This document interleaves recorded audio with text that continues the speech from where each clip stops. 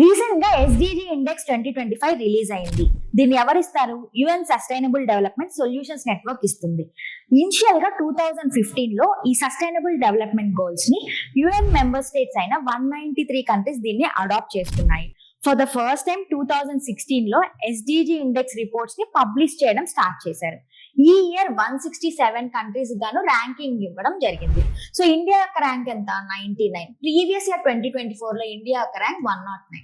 So almost 10 ranks decrease అయింది. అంటే sustainable development goals లో ఇండియా ప్రోగ్రెస్ అయింది, ఇంప్రూవ్ అయిందని చెప్పొచ్చు. టాప్ 3 కంట్రీస్ గా ఏమున్నాయి? స్వీడన్, ఫిన్లాండ్ అండ్ డెన్మార్క్ ఉన్నాయి.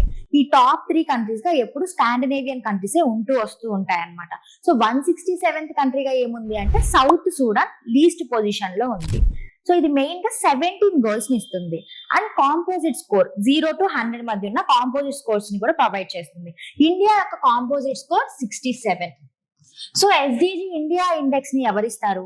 నీతి ఆయోగ్ ఇస్తుంది. ఈ రిపోర్ట్ ప్రకారం ఇండియా ఏరియా ఆఫ్ ప్రోగ్రెస్ వచ్చేసి ఎస్డిజి 3, ఎస్డిజి 7 అండ్ ఎస్డిజి 9. ఈ 3 గోల్స్ లో ఇండియా ప్రోగ్రెస్ అయిందని చెప్పొచ్చు.